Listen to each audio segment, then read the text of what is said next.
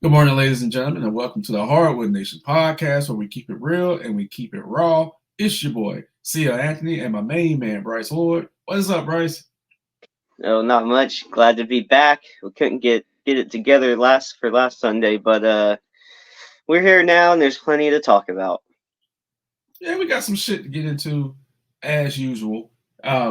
We wouldn't be a basketball podcast if we didn't talk about Iowa going up against the undefeated South Carolina in the women's NCAA championship basketball game tonight. Mhm. Who you got? I test. the the refs in Iowa.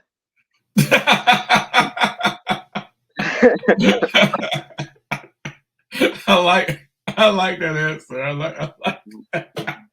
Caitlin Clark's Uh, gonna lead the team, and then a few refs will get some assists. Some defensive calls. look, she's great. South Carolina's head coach Don Stanley said that if Caitlin can win this game tonight, she'll be the GOAT. Caitlin kind of shies away from the GOAT conversation, and I get it. I get it. But I will say this: there has been some shenanigans. I know some of the world was upset with that bullshit call against Mhm. UConn the other night because it was not a moving screen. It was the most perfect screen someone could set. Um, but yeah, it should be a great game tonight, and Caitlin may be crowned the female GOAT right now. So, and heading into the WNBA is going to bring some eyes to that. Mhm. You know, It's the most excited people have been for women's basketball in a long time. yeah, yeah, absolutely.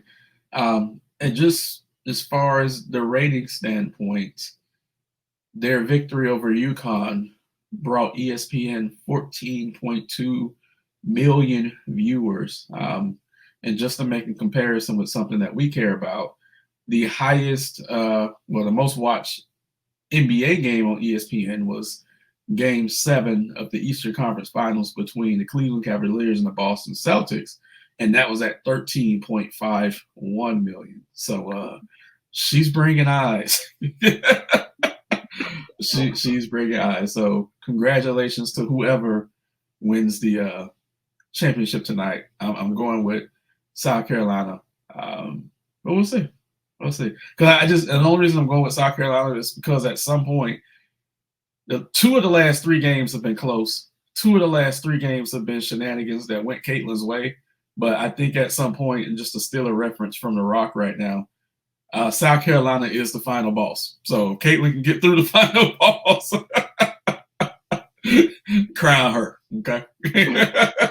Yeah, no, it'll be a good game, and all the attention that all these girls and all these teams are getting are very much well deserved. Absolutely.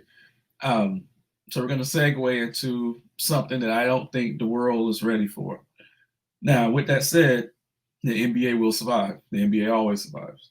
Hmm. But Bryce, this week, LeBron James hinted at retirement again and said he doesn't know how much longer he has. And I know people heard him, but I don't think people understand that he is at the end of the road. So how do you think the Brown sexuals will deal with the day that he's not here anymore? Because right now they seem to be taking this extra season or two for granted. So what do you think? How do you think they're going to react to this? Well, I guess I'll just have to adapt like the rest of us. I mean, you have those hardcore LeBron fans that'll follow him anywhere he goes, but I mean, I'm sure there'll be some interest in transition of his fan base into Bronny in a small way. And it's going to be a lot on that kid's shoulders early on. I mean, we've talked about it before, like, being Jordan's kids. There's a different weight to that. There's a different weight to it if you're LeBron's kid and kids. And so I just think it's going to be tough for him. I mean, we've had LeBron for as arguably as long as anybody in the league, especially at this high of a level. I don't think we've ever seen it really. not to this extent for this long. And I mean, you just gotta. It's just father time. You gotta let go of it at some point.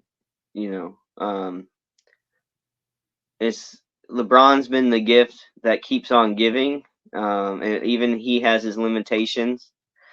And I'm already looking for the pivot to see where the league goes after. There's a lot of questions after Jordan. There's questions after LeBron, but I feel like the league is more equipped with talent now to replace him. Not to replace him, because what he's done isn't going to be done again for a long time, if ever. So what he's done has been incredible, and but the league is looking to crown another it guy, and so I don't know if we have a great answer for that yet. I know we've talked about that a lot on here. But in terms of the LeBron sexuals, as you called them, they might have a rough couple weeks or something. They'll be fine. And we're getting at least one more season. I think probably two, but maybe just one more. And they'll get their going away party. They'll get to celebrate him. I think we're going to find out who were real NBA fans and who were like fake surface level NBA fans when LeBron leaves. Do you think there was a lot of that when Jordan retired? No. And the only reason why I say that is because Jordan was universally known as the GOAT. So people who did like him were really like big basketball fans. You get what I'm saying? People who like LeBron were more casual basketball fans. Like people who like Kobe were kind of more hardcore. So I think the surface level fans are going to be weeded out, and we're going to lose a little bit of fans. Some eyes are not going to watch anymore once LeBron retires. So, which is why the NBA is trying desperately to prop up someone else now. They don't know who that's going to be. But it's just interesting because, and the only reason I take jabs at sexuals is because for some of them in their NBA journey, this might be the first player that they saw from beginning to end. And it's a hard thing to deal with. So like, I've liked Charles Barkley. I didn't see him from the very beginning. I loved Alonzo Mourning. I was like 2 years late. Didn't see him from the very beginning. But I saw D Wade from the very beginning to the very end. So it was different watching him walk away. I cried like a bitch, to be honest with you. So it's different. So I think some of these guys, they don't know how it's going to hit them when LeBron does walk away. And I know you mentioned Bronny. I was a little shocked that he entered himself into the draft and the NCAA transfer portal, but Kitty explained to me why. So with him doing both, he can still go to NBA tryouts and kind of learn what he needs to learn for next season's draft, which made sense because averaging 4.9 points a game, I don't care who your kid is or who your father is, an idiot would have to draft you at this point, right? Yeah. So he would still be eligible to transfer to another school because he wants to leave USC. And the most hilarious thing was when he made the joke about Giannis's brother, because that was hilarious. But how do you feel about this? Is such a loaded question. How do you feel about, because we know it's gonna happen, we know his will make it happen, but how do you actually feel about the prospect of Bronny getting drafted when, technically speaking, he was invisible throughout his one college season? So, I mean, how do you feel about that? Well, I don't expect him to be in the lottery. I'll say that. You know what I mean? Like, right. Look, every year there's hundreds of people that enter the draft. How many rounds does the draft go? 2, just the 2, right? Okay. There's lots of kids that don't get picked. If it wasn't for his name, nobody would care. Nobody would be looking into him. I just in the time for the male NCAA period that we're in, the best players are one and done. There's nothing wrong with staying in college and developing if you're not ready. Mm-hmm. the the entering the draft just to look at the practices and to be around the situation and get a feel of it, that's all fine and good. But your dad's LeBron James. Could he not prepare you more than anybody? I mean, when I started doing the bread route, my dad beat my ass on his route, made me do pretty much the whole thing by myself. Because if I could do his route, I could do any of the routes. There's no way in my mind that I was like going to some of these workouts or pre-draft workouts. What can they give you with a pool full of players on the court and coaches running shit that your dad can't give you? It's just weird to me. The whole situation, even what Bron said about it a few years ago, where he'd like to play with Bronny. I get all the sentiment behind it, and it's a weird. It's kind of like a weird expectation to set on the situation and on the kid. And so now, with him not being quite on the level of some of these other guys that are actually have expectations to get drafted, I just think it's like a weird angle. Yeah. Um, Yeah. like I said, it just more or less confuses me more on the situation than if Bronny's a cut above the rest of the guys, and he's going round one or high round two, even that's a little different. But it's just a weird situation, and without the name, nobody cares. I hope the best for him. I'm just until he does something special and there's some real talk about him. It's almost like a novelty act for me. You gonna bring him into the NBA eventually just to maybe get his dad on your team? Like, what's that? What's that gonna do for the kid's confidence and his NBA career going forward? If he has an NBA career, that is. Yeah. I don't know. It's just really weird. The expectations are weird. I hope the best for the kid. I'm just not expecting a lot, and so whatever he's doing, I think his best bet is to stay in college for maybe even 2 seasons. Like you don't have to be a one and done. Develop and become a good player. And get drafted for the right reasons. That would be my only thing. Yeah, and I know the question has multiple layers to it, and this is no disrespect to Bronny, nor disrespect to LeBron. Even physically, Bronny's not ready for the NBA. We still don't know how deeply that heart condition impacted him. He has height, and he's kind of thick for his age, but his extremities are very short. He doesn't have a big wingspan. You know what I'm saying? Um, so it's like, where are you going? You can't be a 3-and-D guy because you're too little. Okay. We haven't seen you being explosive enough to be a 2 guard. You may have court vision, but you would be little as a point guard. So it's like, where would he fit?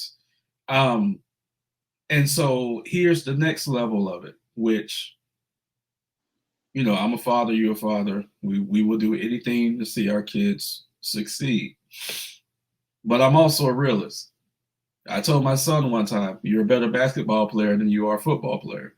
And he loved football more than he loved basketball. So you can imagine how that conversation went. Okay. I hurt his feelings when I didn't mean to. If LeBron resigns with the Lakers, which he should, because the Lakers can't lose him right now, the only team who would draft Bronny would be the Lakers. And here's why. So let's say some random team like Atlanta would go to draft Bronny. Clutch Sports, who is shadow owned by LeBron James, who is the most powerful sports agency in the NBA, would have a fit, and they could threaten Atlanta. If you draft Bronny, none of our guys are going to come play for you. We don't care how much money you throw at them. So there is a nepotism angle to this. Could LeBron snap his fingers to get Bronny in the NBA? Absolutely. Could they be taking a spot from another player who deserves it? Absolutely. So it's very deep. This is going to be interesting. I think it is going to be a big story going forward. Mm-hmm. I can't blame. That's gonna hurt. That's gonna hurt Bronny. So. He comes into the league for the wrong reasons, Mm-hmm. or gets in for the wrong reasons. Once his dad is gone, everybody else is gonna be looking at him like, "Why are you here, man?" Can you imagine what that could do to a young person?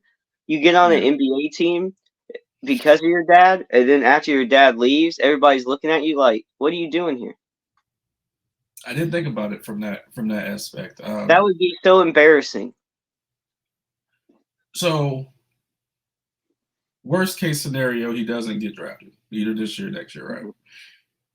Middle of the road scenario, he gets drafted, and then he gets sent to the G League. That's a possibility to where he could work on his game there. From what I've seen, like I said, as of right now, he's not NBA ready. Physically, I just don't think he can get NBA ready. But he could have a decent career overseas. Now, would LeBron's ego, because we know he has an ego, would his ego allow that, which would then put more pressure on Bronny? So it's like it's so many levels to this, and we're just at the beginning. Just at the beginning of it. So yeah, we're all eyes are going to be on this. We're going to see what happens. I am not envious of Bronny for this situation. It's not something I would want my own kid to go through either. So if you were Bronny, knowing who your dad is, knowing that your dad could possibly get you your first NBA contract, like, would you be realistic enough to say, I don't think I'm ready for this, or would you just go along for the ride? I never wanted. I mean, I don't have anything like this going, like to where I'm, you're looking to be an NBA prospect, but I never wanted anything handed to me. When I played baseball as a kid, I earned everything I ever got, and including in my adult life. My dad was there to show me the ropes on some things, but I had to earn everything that I got. With working hard and making the right decisions. Right place, right time definitely helps, but if you don't put in the work to be in the spot to take advantage of it, then you see a lot of things pass you by. But I never wanted anything handed to me. If I was Bronny, I would want to know that I made the league on my own and not with my dad's help. I mean, the name is one thing, living up to it is one thing. Getting handed an NBA contract and being put on a team, that's a totally different thing. I would want no part of that. And you can't change. I mean, you can change your name, but everybody knows who you are. You can't escape your dad's shadow, but you can earn your own spot. And that would be what I wanted to. That's my mentality. But and he's a high level competitor. I mean, even if he's not an NBA talent right now, to make it where he has been, or has gotten, that's not easy to do. He has talent. He has drive. We just need to see how far it goes, really. Because if it's me, I want to earn everything I've been given, or I want to earn it. I don't want it to be given to me. I'm the same way with that. I'm just conflicted because if I'm LeBron, I could see myself doing the exact same thing. You know what I'm saying? So LeBron isn't doing anything wrong. It's just a lot of weight and a lot of expectations to put on a kid when you don't know the outcome yet. Yeah. I'm thinking about it, but it is harsh. It's a harsh situation to be in for the kid, and it's also a harsh situation to be in for LeBron because, like I said, LeBron can snap his fingers and that kid would be somewhere in the NBA. You know what I'm saying? For sure. Um, so I'm gonna read a quote here from LeVar Ball. We haven't heard from LeVar in a long time. I know that made some people happy. And he was just speaking of the games missed by Lonzo and LaMelo for the duration of their career. Because as far as Lonzo, he's missed over 50% of his career games with various injuries. And then LaMelo is a little over 40% of games missed with injury. So I'm going to read this little quote from LeVar from CBS Sports. The reason they hurt is because they got away from me and started doing these Rudy Poo workouts. A lot of things have to do with them raggedy shoes that Melo be wearing, and that's why he keeps tweaking his angle every single time. One of the criticisms of LeVar and his training of the boys was that he was training them hard, and they were mostly predominantly outside, and that could put wear and tear on the lower extremities of these boys. So we kind of saw this coming to where this would be like a doomsday scenario to where their bodies wouldn't hold up in the NBA. How do you feel about the number of games that the brothers have missed? It's it's a letdown, and not because of anything the boys have done. It's because the talent's there. I mean, Lonzo's a good player. LaMelo could be a great player. And we've seen flashes of both. We got to see enough Lonzo in the beginning to know that he deserved to be there at the very least. He was playing good. And we know what LaMelo is. The talent's through the roof with that kid. Yeah. It's just disappointing, but it's not uncommon. My favorite thing to reference, or my favorite, like if we're going to talk about something like this, how many games did Steph Curry miss? Was a lot this in the beginning? a lot? A lot with reoccurring similar injuries, right? All ankle, all foot to type of stuff. LaMelo, yeah. To LaMelo, yeah. Right. Were we criticizing his dad for it's just I get it. And if that's the real reason that they're having issues now, how how many of these kids though grew up playing the same way? I just think that's kind of like a toss up. It's an interesting aspect of the argument, something we can talk about, them playing outside and the way that their dad had them training. But all I see is LeVar Ball trying to get back in the limelight a little bit. And if he wants to talk about busted up shoes, he needs to be careful because everybody knows what his shoes did. We watched them explode on the court. There was not that they say all press is good press. That was not good press for the big baller man. I'm sorry, your son's busting out of your shoes. We've never seen Pumas. We've never seen LaMelo bust out of his Pumas. Okay, I've never seen that. All right, so I mean, we did see Zion bust his Nikes, though. We did see that. But we do know, LeVar has been quiet for a while, but he's not a quiet dude. Nah. So honestly, I don't know what's going on behind closed doors. If he's saying that publicly, then worse things have been said behind closed doors. Of course. The Suns have made their choice as to how they want to go about their career. And it's more in line with how most players go about their career. Mm-hmm.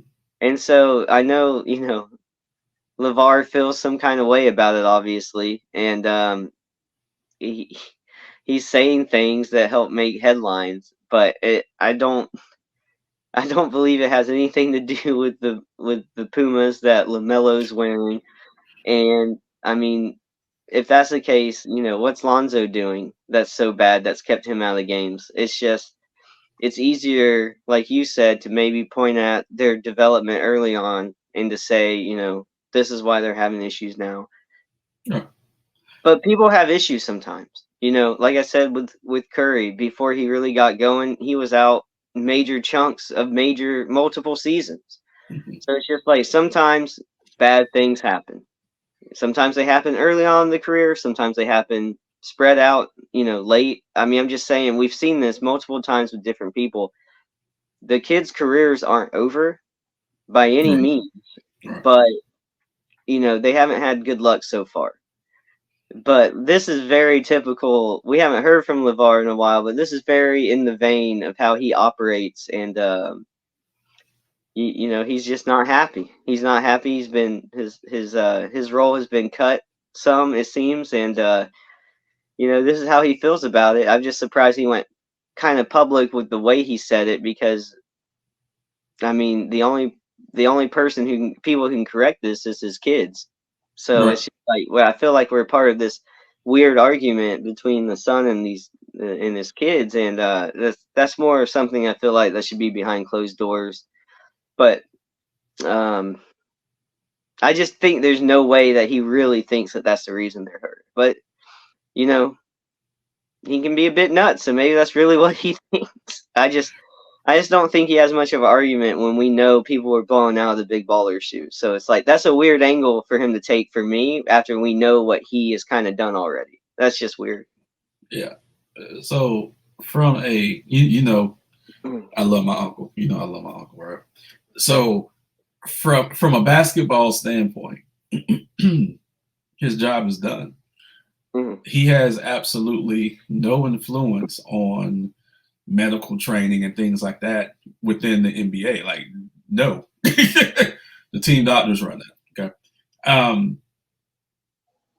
he's done the greatest thing that he could do, which was get two of his three boys to the NBA, and even the third boy is playing basketball, somewhere. Um, so, as a father, he did the correct thing in having a vision and getting those boys to live that vision. Your job is done. You've done it. Now just sit back and reap the benefits of it. Like you said, these conversations should be had behind closed doors because these boys don't need any more pressure than they're already getting. Okay.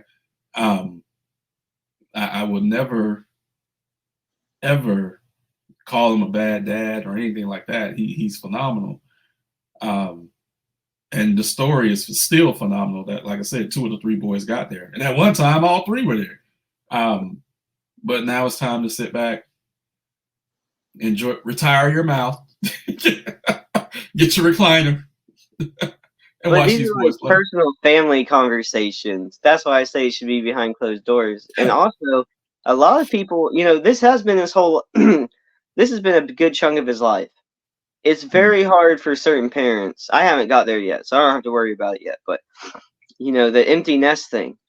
You spent all this time and all these years into your boys, and now you're sitting at home with nothing to do.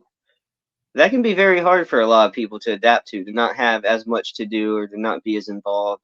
That's a tough Mhm. transition, I think, for a lot of parents. I think mostly you see it a lot with mothers because they're the ones at home, they're the ones helping the kids every day, kind of thing. But the way LeVar was involved with his kids' basketball growing up, it's like he's the one going through this, and all the attention's on basketball. So it's like he's wrapped up in it, and now it's like he's the mom alone with the empty nest because he doesn't have anything to develop. He needs to try to get Laval or Alonzo or Lamelo to have some kids and let him start training the kid.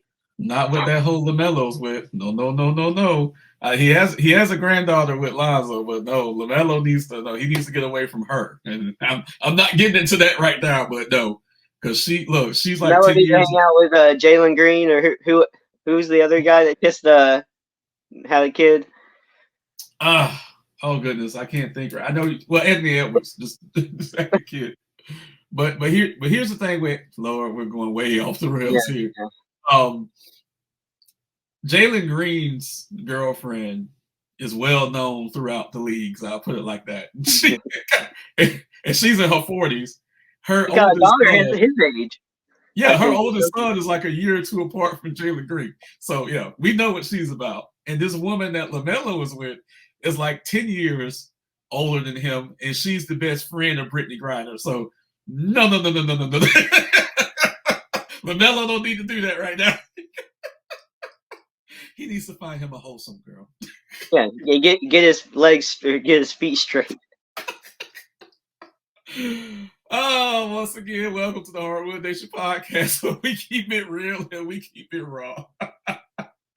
On that note, we're going to wrap it up for this week's episode. Please like, subscribe, and share our content. Drop comments below. We respond to everything, good or bad. Everyone stay safe, and we are out.